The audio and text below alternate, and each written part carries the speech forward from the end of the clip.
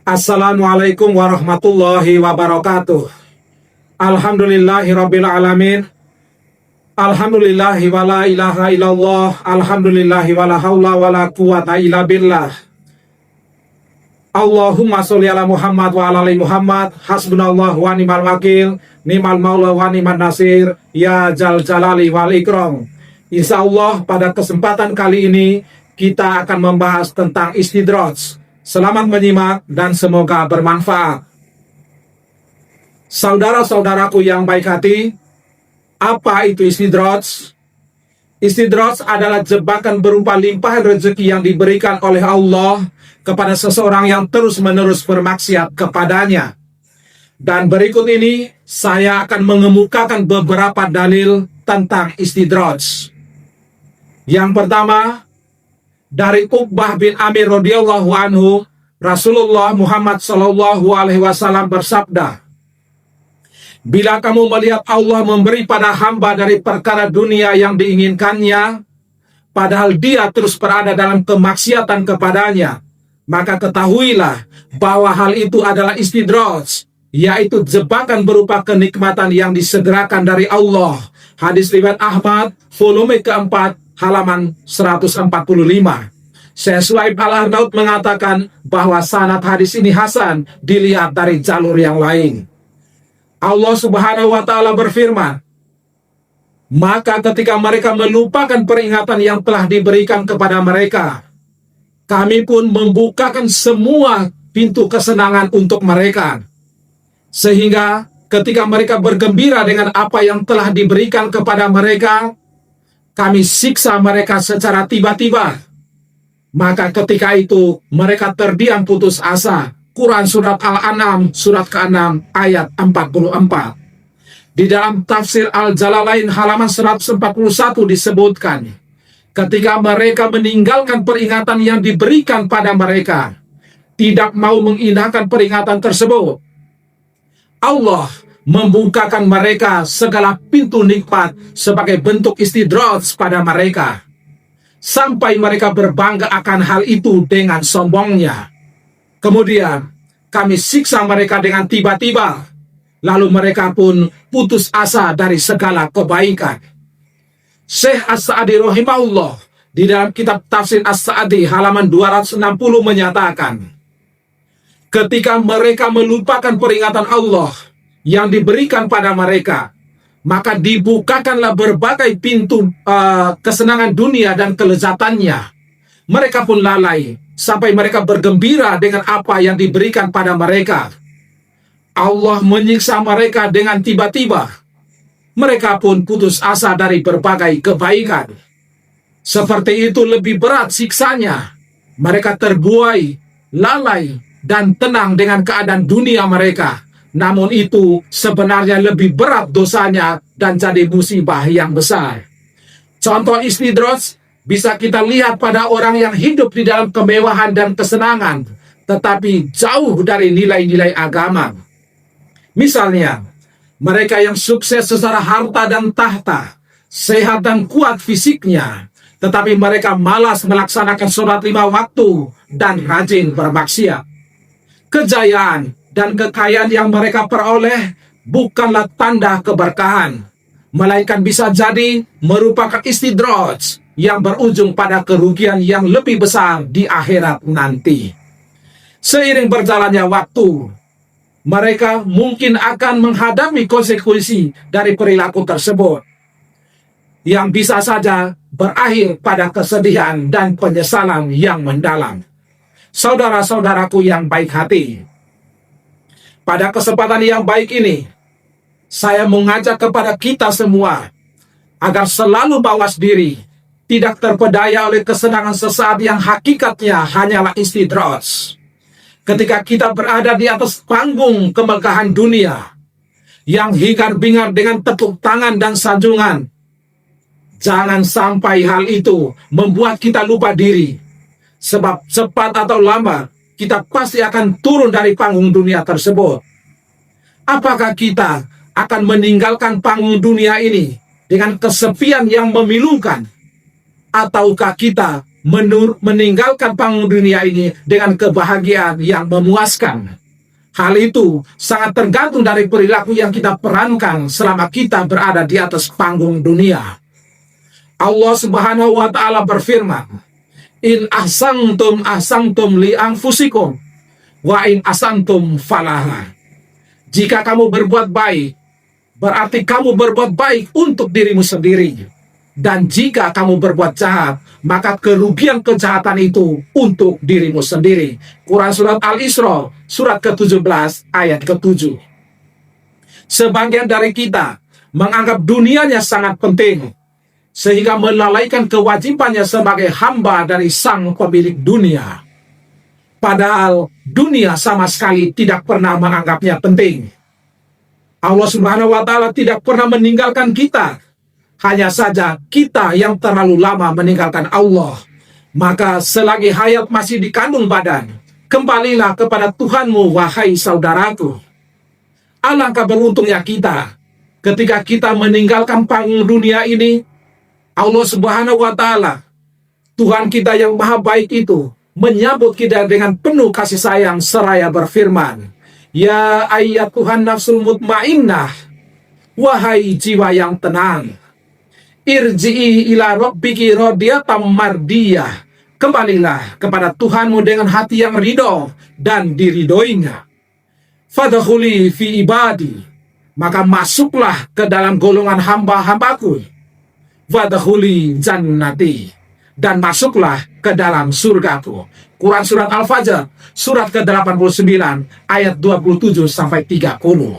Saudara-saudaraku yang baik hati, Ibnu Qayyim rahimahullah di dalam kitab Ad-Da'wah halaman 54 berkata, terkadang sebagian orang terpedaya bersandar penuh pada apa yang dilihatnya dari kenikmatan-kenikmatan yang tercurah untuknya di dunia. Ia merasa bahwa Allah tidak akan mengubah kondisi tersebut. Ia membayangkan semua anugerah yang diterimanya karena cinta Allah kepadanya. Bahkan Allah akan memberikan yang lebih baik untuknya di akhirat nanti. Inilah contoh orang yang tertipu. Allah Subhanahu wa Ta'ala berfirman, "Dan sekiranya bukan karena menghindarkan manusia menjadi umat yang satu di dalam kekafiran, pastilah sudah kami buatkan bagi orang-orang yang kafir kepada Allah yang Maha Pengasih loteng-loteng rumah mereka dari perak. Demikian pula tangga-tangga yang mereka naiki. Dan kami buatkan pula pintu-pintu perak bagi rumah-rumah mereka. Dan begitu pula dipan-dipan tempat mereka bersandar. Dan kami buatkan pula perhiasan-perhiasan dari emas. Dan semuanya itu tidak lain hanyalah kesenangan kehidupan dunia. Sedangkan kehidupan akhirat di sisi Tuhanmu disediakan bagi orang-orang yang bertakwa." Quran Surat Az-Zukhruf, surat ke-43, ayat ke-33 sampai 35. Saudara-saudaraku yang baik hati, Allah telah membantah orang-orang yang memiliki persangkaan di atas melalui firman-Nya. Allah Subhanahu wa Ta'ala berfirman, "Maka adapun manusia, apabila Tuhan mengujinya, lalu memuliakannya dan memberinya kesenangan, maka dia berkata, 'Tuhanku telah memuliakanku.' Namun apabila Tuhan mengujinya, lalu membatasi rezekinya, maka dia berkata, 'Tuhanku telah menghinaku.' Sekali-kali tidak." Quran Surat Al-Fajr, surat ke-89, ayat ke-15 sampai ke-17. Ibnu Qayyim rahimahullah di dalam kitab Ad-Da'wah halaman 55 berkata mengenai ayat di atas. Maksudnya, tidak setiap orang yang Allah beri nikmat dan kelapangan rezeki berarti Allah memuliakannya. Begitu juga, tidaklah semua orang yang Allah beri cobaan dan Allah mempersempit rezekinya berarti Allah menghinanya. Bahkan, Allah menguji orang ini dengan nikmat, dan Allah memuliakan orang itu dengan cobaan. Nabi Muhammad SAW bersabda, "Sesungguhnya Allah memberikan kenikmatan dunia kepada orang yang dicintainya dan orang yang tidak dicintainya. Tetapi Allah tidak memberikan iman selain kepada orang yang dicintainya. Hadis riwayat Ahmad, volume ke-1 halaman 387. Al-Baghawi di dalam kitab Syarah Sunnah, volume ke-8 halaman 10. Abu Nuaim di dalam kitab Al-Hilyah, volume ke-4 halaman 166. Dan Al-Hakim, volume ke-1 halaman 34. Sebagian salaf berkata, betapa banyak orang yang terpedaya dengan nikmat Allah tanpa disadarinya.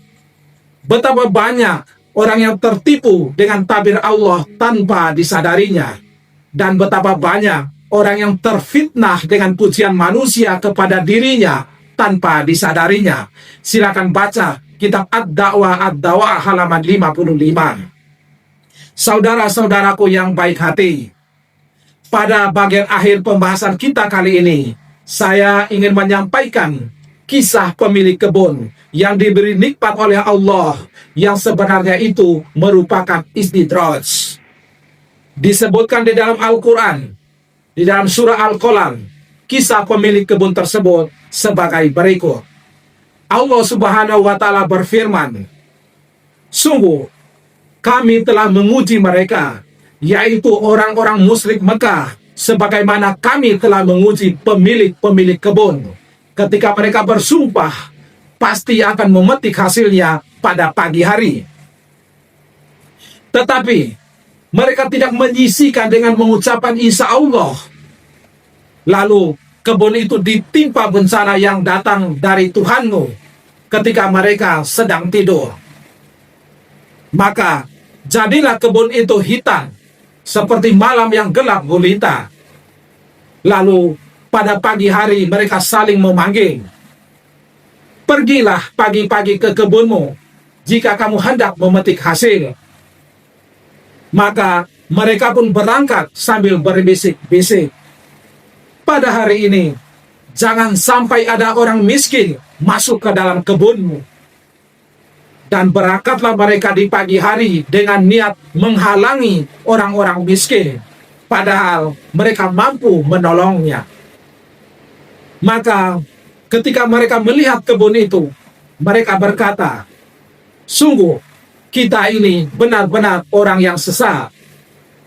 Bahkan kita tidak memperoleh apapun. Berkatalah seorang yang paling bijak di antara mereka, bukankah aku telah mengatakan kepadamu, mengapa kamu tidak bertasbih kepada Tuhanmu? Mereka mengucapkan, Maha suci Tuhan kami, sungguh kami adalah orang-orang yang zalim. Lalu mereka saling berhadapan dan saling menyalahkan.